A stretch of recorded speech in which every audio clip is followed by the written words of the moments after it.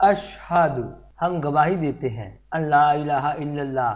اس کا total focus اللہ کی وحدانیت اور وجود کی گواہی ہے۔ انکار ہے ان چیزوں سے جو رسول صلی اللہ علیہ وسلم کے بتائے ہوئے طریقوں کے فوکس سے ہٹائے، اور انسان کا اس میں اپنے مالک سے اطاعت اور فرمانبرداری کا عہد ہے۔ الہ کا مطلب ہے جو آسمانوں، زمین، گلیکسیز، سمندروں وغیرہ کو چلانے والی اکیلی ذات ہے، اور جو بھی ان چیزوں میں ایکشن ہے اور طاقت ہے وہ اللہ ہی کی دی ہوئی طاقت ہے، جو انسانوں اور زیلینز کریچرز کو سنتا، دیکھتا، بولتا، سوچتا۔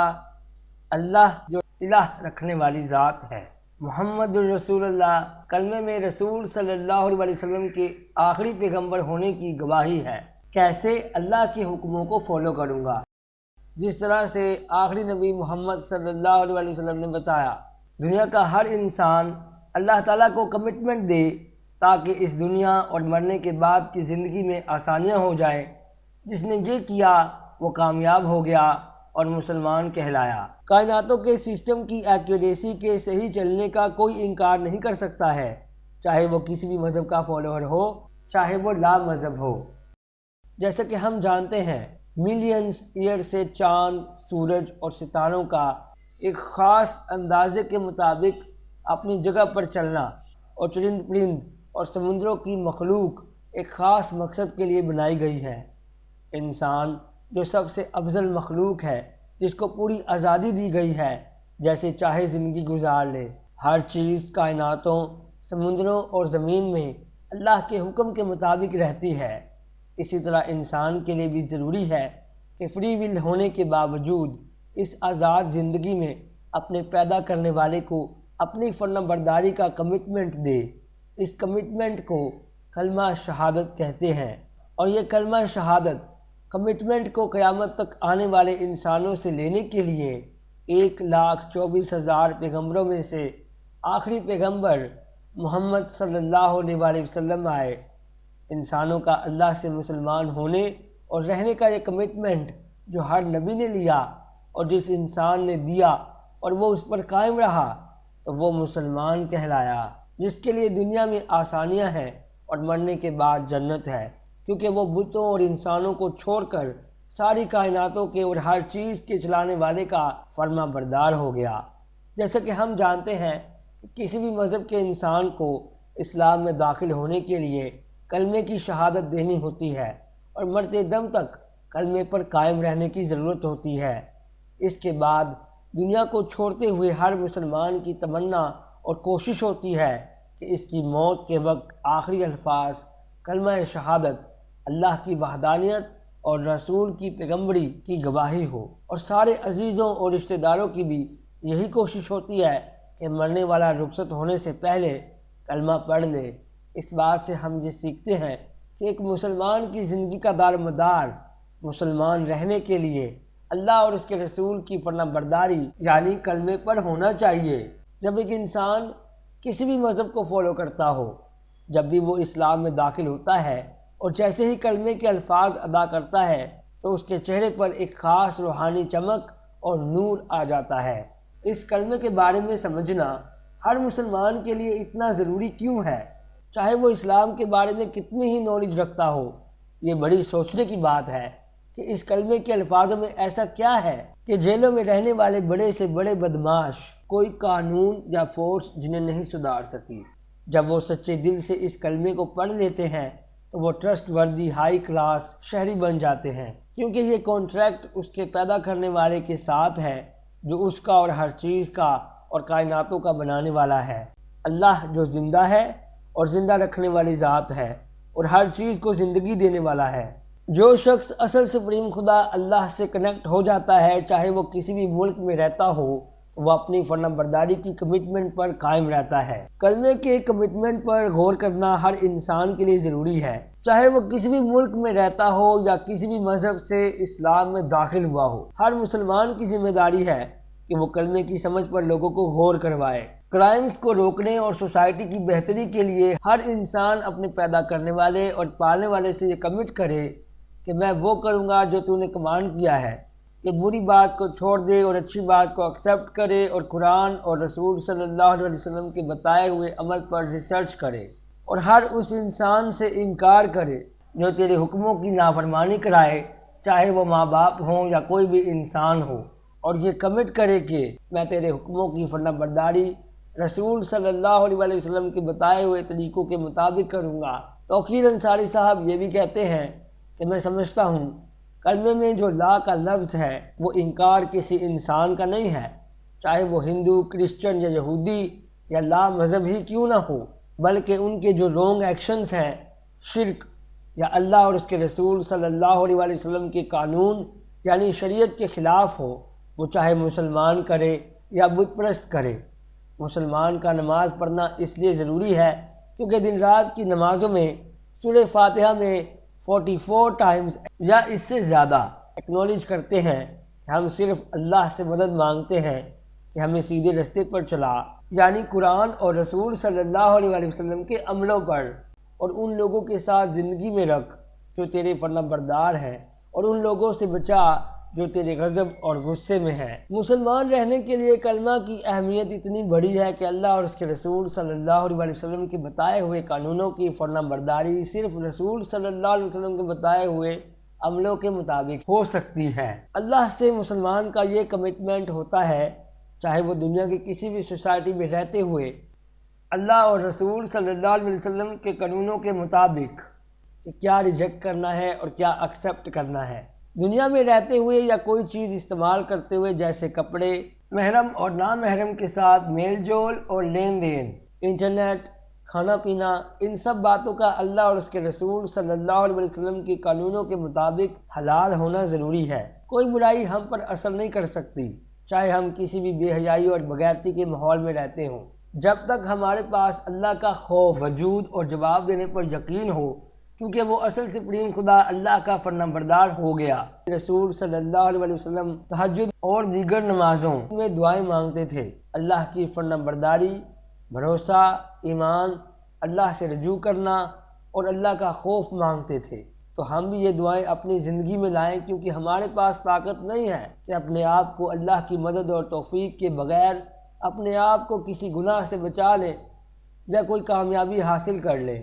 اس کلمہ کی گواہی حضرت آدم علیہ السلام سے لے کر آخری نبی حضرت محمد صلی اللہ علیہ وسلم تک ہر نبی کی زندگی کا حصہ تھا، اور جس طرح رسول صلی اللہ علیہ وسلم کا نام کلمے میں مینشن ہے، اسی طرح ہر نبی کا نام ان کے ساتھ کلمے میں مینشن تھا، جیسے لا الہ الا اللہ موسیٰ کلیم اللہ، لا الہ الا اللہ عیسیٰ روح اللہ۔ ہر نبی کے آنے کا مقصد ان کے فالوورز اور لوگوں کی زندگی اور موت کلمے کے مطابق ہو، لیکن شیطان کی پوری کوشش ہر نبی کے دور میں یہی رہی ہے کہ طرح طرح کی ترکیبوں سے لوگوں کو کلمے سے ہٹائے تاکہ ان کی ساری زندگی کے اعمال برباد ہو جائیں۔ مزید معلومات کے لیے قرآن کی اسٹڈی کریں یا وزٹ کریں thinkallah.com ویب سائٹ کو۔ قرآن میں سورۃ ابراہیم میں کلمے پر ثابت قدم رہنے والوں کے متعلق اللہ نے مثال دی ہے۔ أَلَمْ تَرَ كَيْفَ ضَرَبَ اللَّهُ مَثَلًا كَلِمَةً طَيِّبَةً كَشَجَرَةٍ طَيِّبَةٍ أَصْلُهَا ثَابِتٌ وَفَرْعُهَا فِي السَّمَاءِ۔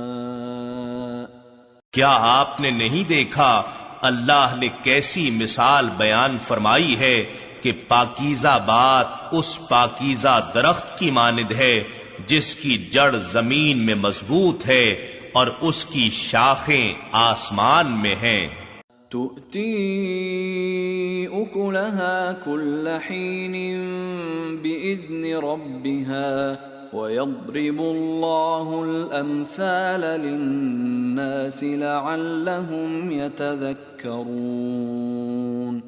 وہ درخت اپنے رب کے حکم سے ہر وقت پھل دے رہا ہے، اور اللہ لوگوں کے لیے مثالیں بیان فرماتا ہے تاکہ وہ نصیحت حاصل کریں۔ یعنی جو مومن ہوتا ہے وہ جو سوسائٹی کے بھٹکے ہوئے لوگوں کو گندے ماحول سے نکالتا ہے، نیکیوں پر نیکی کرتا ہے اور اللہ کا خوف رکھتا ہے۔ اگر انسان صراط مستقیم پر فرم ہوتا ہے اور اس کی زندگی کلمے پر ہوتی ہے تو پھر اس انسان کے لیے عرش کے طواف کرنے والے فرشتے مغفرت کی دعا مانگتے ہیں۔ الذين يحملون العرش ومن حوله يسبحون بحمد ربهم ويؤمنون به ويستغفرون للذين آمنوا ربنا وسعت كل شيء رحمة وعلما فاغفر للذين تابوا واتبعوا سبيلك وقهم عذاب الجحيم۔ جو فرشتے عرش کو اٹھائے ہوئے ہیں اور جو اس کے ارد گرد ہیں وہ سب اپنے رب کی حمد کے ساتھ تسبیح کرتے ہیں اور اس پر ایمان رکھتے ہیں اور اہل ایمان کے لیے دعائے مغفرت کرتے ہیں، یہ عرض کرتے ہیں کہ اے ہمارے رب، تو اپنی رحمت اور علم سے ہر شے کا احاطہ فرمائے ہوئے ہے، بس ان لوگوں کو بخش دے جنہوں نے توبہ کی اور تیرے راستے کی پیروی کی، اور انہیں دوزخ کے عذاب سے بچا لے۔ اس آدمی کو فرشتے زندگی میں اور موت کے وقت تسلیاں دیتے ہیں اور کہتے ہیں کہ ہم زندگی میں تمہارے ساتھ تھے، اور موت کے وقت ان کی باڈی کو سہلاتے ہیں۔ یہ وہ ٹائم ہوتا ہے کہ جس وقت نہ کوئی ذات، نہ کوئی پراپرٹی اور پیسہ کام آتا ہے۔ وَمَثَلُ كَلِمَةٍ خَبِيثَةٍ كَشَجَرَةٍ خَبِيثَةٍ اجْتُثَّتْ مِنْ فَوْقِ الْأَرْضِ مَا لَهَا مِنْ قَرَارٍ۔ اور ناپاک بات کی مثال اس ناپاک درخت کی سی ہے جسے زمین کے اوپر ہی سے اکھاڑ لیا جائے، اسے ذرا بھی قرار و بقا نہ ہو۔ ناپاک کی مثال یہ آیت بتاتی ہے کہ جو اللہ اور اس کے رسول صلی اللہ علیہ وسلم کی شریعت سے ہٹے ہوئے ہیں۔ کلمے پر جینے والا مسلمان اپنے مالک کے حکم کے مطابق اپنی زندگی گزارتا ہے۔ یہ اس کا ایک کانٹریکٹ ہے کہ ہر خواہش قربان کر دے گا اور وہ کرے گا جو اس کا الہ حکم دیتا ہے، جیسے لا الہ الا اللہ، اور قرآن کو اپلائی ایسے کرے گا جیسے محمد صلی اللہ علیہ وسلم نے بتایا ہے۔ لا الہ الا اللہ سب سے افضل ذکر ہے۔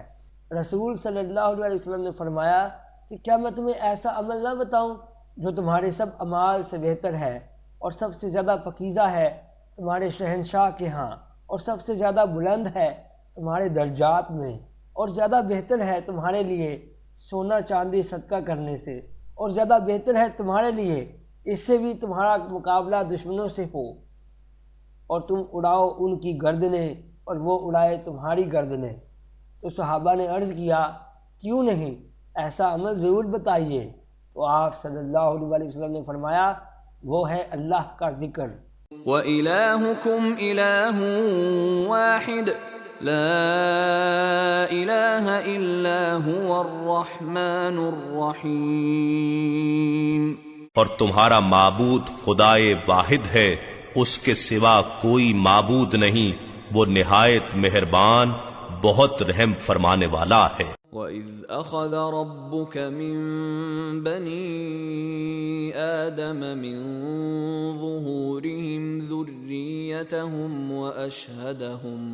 وَأَشْهَدَهُمْ عَلَىٰ أَنفُسِهِمْ أَلَسْتُ بِرَبِّكُمْ قَالُوا بَلَىٰ شَهِدْنَا أَن تَقُولُوا يَوْمَ الْقِيَامَةِ إِنَّا كُنَّا عَنْ هَٰذَا غَافِلِينَ۔